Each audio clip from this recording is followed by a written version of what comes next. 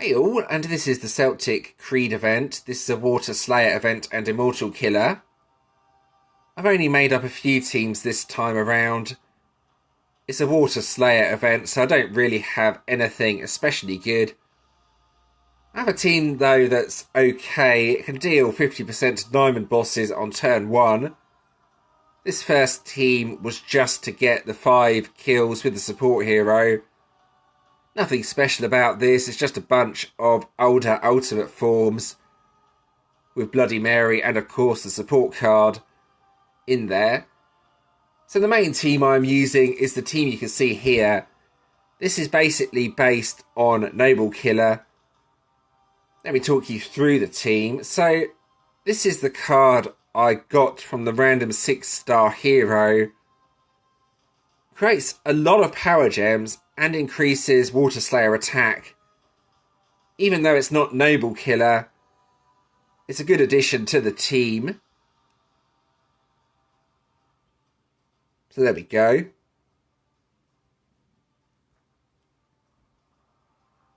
Apex Predators. This is the card for the killer skill, that's why it's on the team. The battle skill is not especially good, but it is an older card. It's the best water Immortal Killer Slayer card I have. Well, out of the ultimate forms anyway. Now with that, 3 Noble Killer cards. Combat Ready Crew. This is still actually a decent card. Creates 8 Power Gem level 4s. Well, most of the time anyway, unless your HP is low. Bloody Mary. This is actually a really good card. It can create up to 30 water power gem level 4s. The way I'm mainly going to be using it though will just create the 5 power gems. And then Supreme Santa, another very old card. But this boosts up Noble Killer attack, which is why the team is focused on Noble Killer. Yeah, this is not a bad team actually. It can kill Ruby bosses in 1 key. It can do damage to Carillion bosses, and it can get 50% on Diamond bosses. I'm not going to the top prestige though. I don't want Radiant bosses this time around.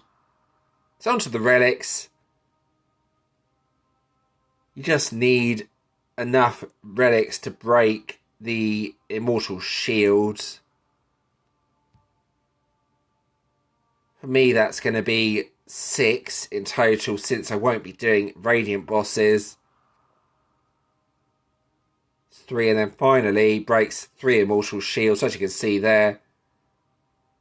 6 shields broken, and then the first relic, which is not that one, it's this one here. That's just a general Water Slayer relic. That's just to boost up the power gems or water gems at the start. So you might be wondering, what other options are there? Well, I can give you a few other really good options you can try depending on what cards you have. The first and probably the most obvious option is to use 4 Immortal Killer Water Slayer cards with high performance unit area. As you likely already know, that has the supercharged buff.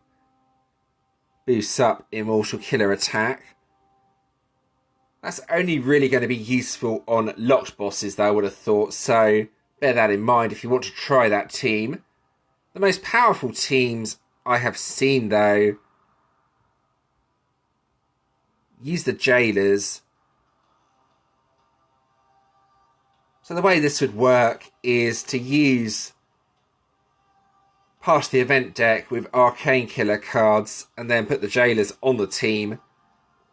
As you may have seen, if we go back up to the main hero, it does actually have a delay skill on it, so when used with the Jailers, you can probably imagine this could be really effective. Plus, this has a buff that increases Water Slayer attack. So yeah, you could try Jailers with the main hero and then 3 Arcane Killer heroes. That is what I'd recommend doing anyway, if you're looking for one of the best deck options. I've seen decks using the jailers doing a lot of damage, so this is what I definitely recommend.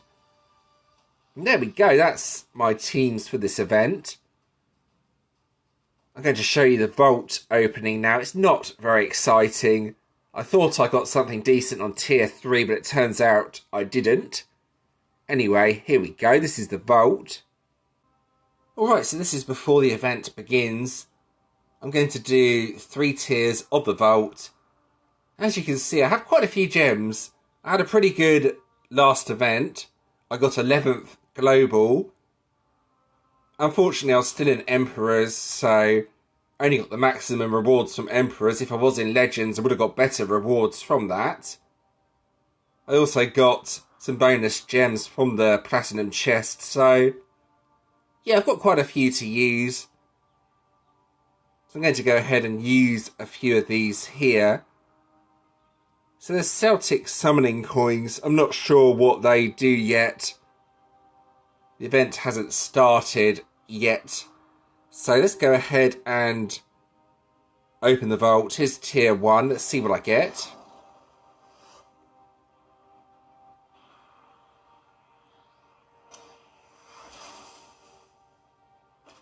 Okay, so nothing exciting on tier 1. That is exactly what I was expecting. Tier 2, let's give this a go. You never know, I might get something. There's a chance. Occasionally it does happen.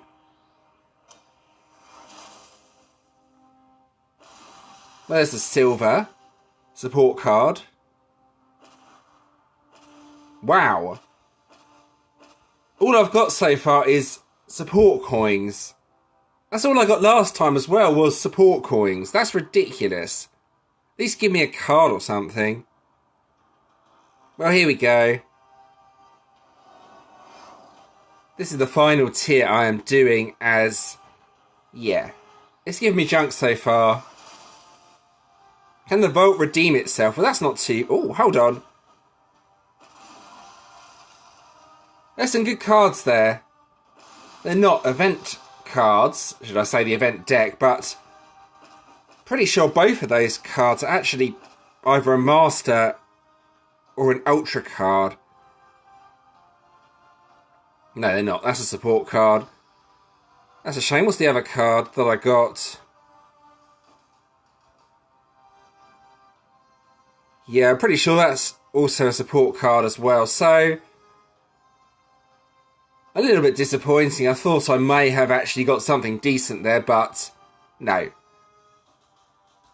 I didn't get anything good. So this is going to be quite a difficult event for me, I think. My teams are not especially good, but I will make do with what I have, I guess. Alright, so here we go with the actual event. This time around we have these off-colour guild bosses. These give these weird clover shards. I will go into those in a bit more detail after I've tested out my teams and done a bit of gameplay. So I'm going to go ahead and tag this one.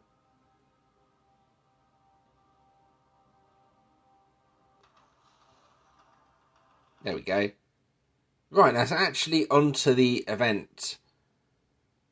I have a Corellium solo boss up, which is perfect for testing out my team. I am not planning to go to the next prestige tier, so I need to be careful. I can only get MVP on 9 of these. Based on the last event, the Radiant bosses were simply too difficult. So let's try the Corellium. My plan for most of the event is to just hit diamond bosses. I'm pretty sure I can get 50% consistently on those with this team.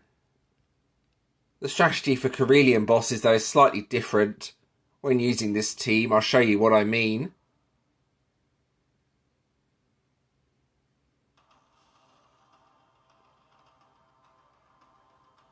So this team is actually surprisingly effective. The main strategy here with a locked boss is to try and get Bloody Mary active.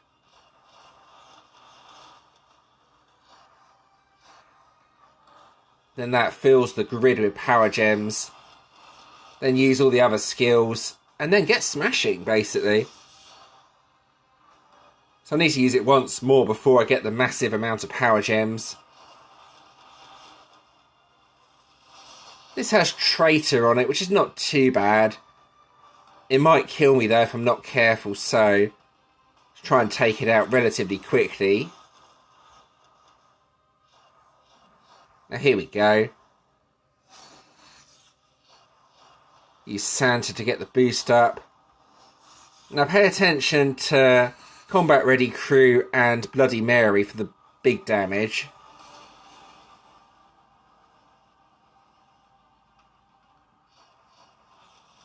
There we go. Slightly over 300 trillion there. Problem now is Traitor is going to kill me, unfortunately.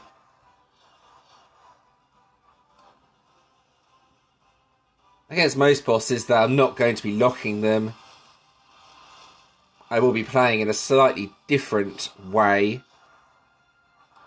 Well, this is going to kill me now anyway.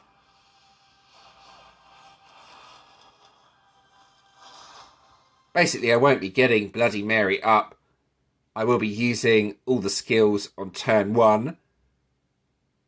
So just to show you what I mean, let's see if I can find a diamond boss or something a bit easier.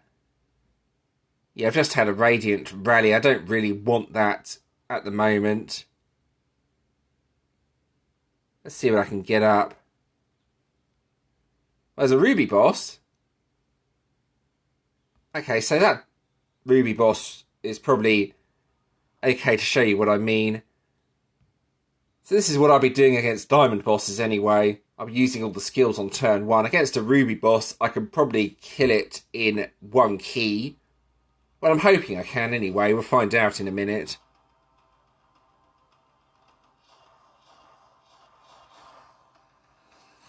So yeah, just using all the skills on turn 1 rather than trying to get Bloody Mary up.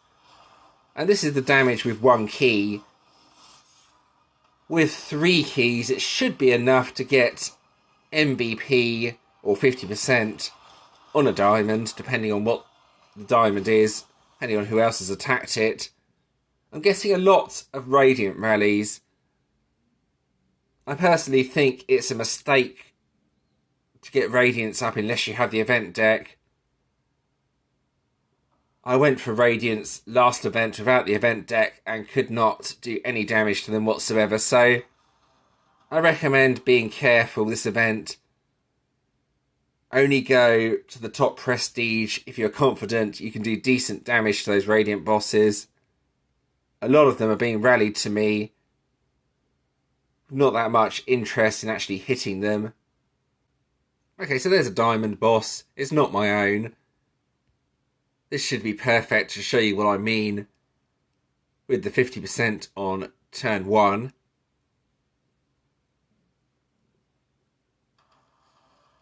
So any core bosses I can hit as well, but will only probably get 5 to 10% on turn 1.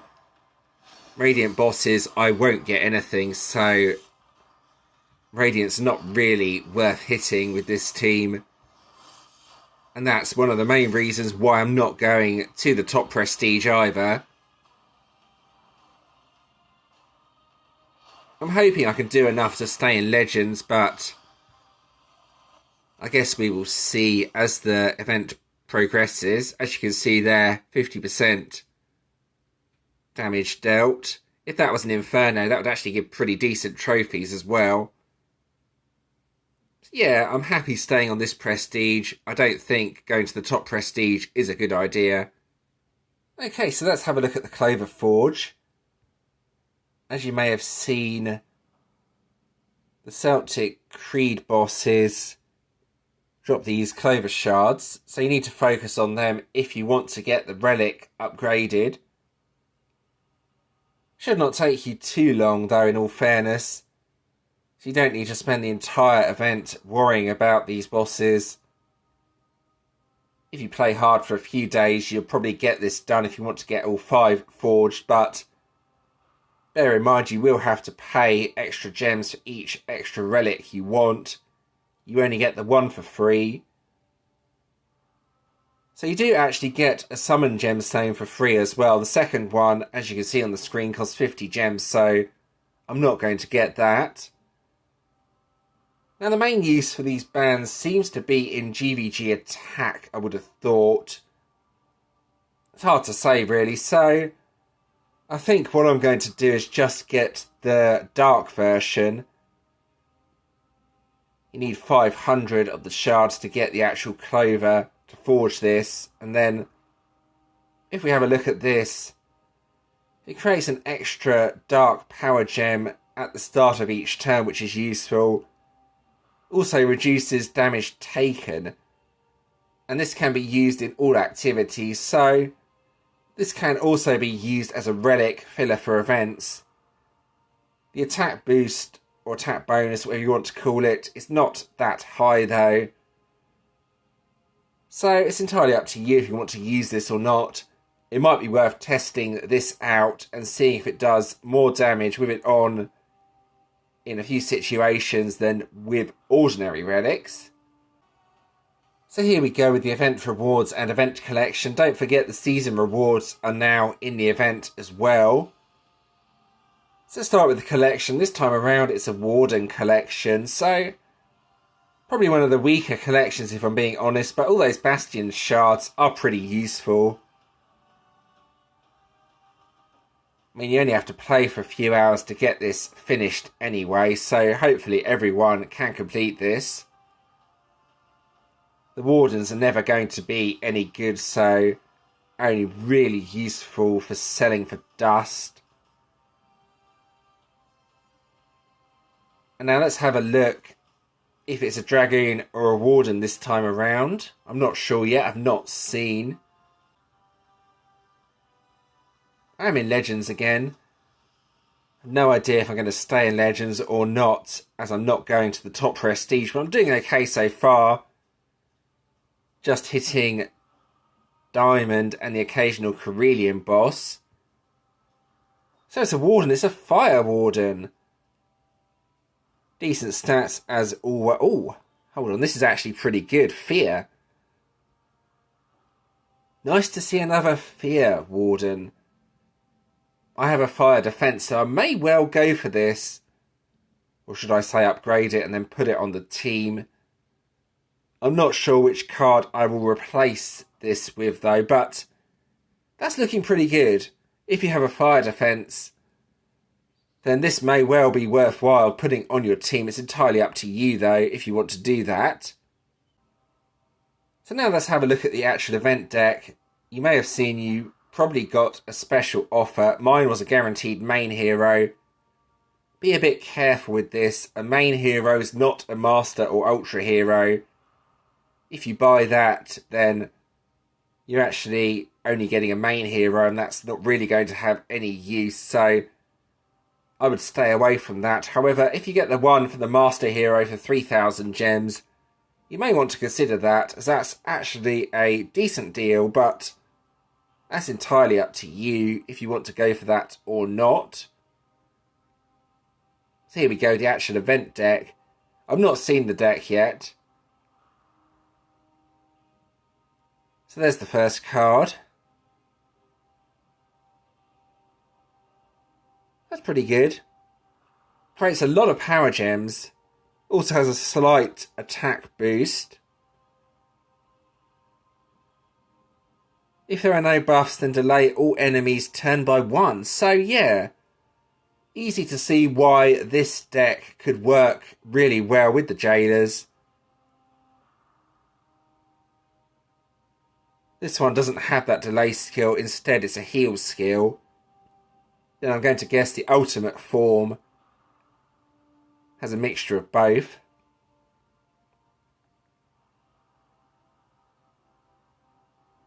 Yeah, there we go. There's the delay skill again. Yeah, not a bad deck. Lots of power gems, slight attack buff. And if used correctly, I can see this doing a lot of damage. So yeah, 2 cards that had the 2 turn delay skills with the main hero could potentially work. Or 2 event cards with 2 arcane killer cards with the jailers could also work. You may have to mess about a bit to find out what the best deck is here. And there we go, that about covers this video. I hope that was helpful. As always, if you have any questions or suggestions regarding this, please let me know in the comments and I'll do my best to help. And thanks for watching.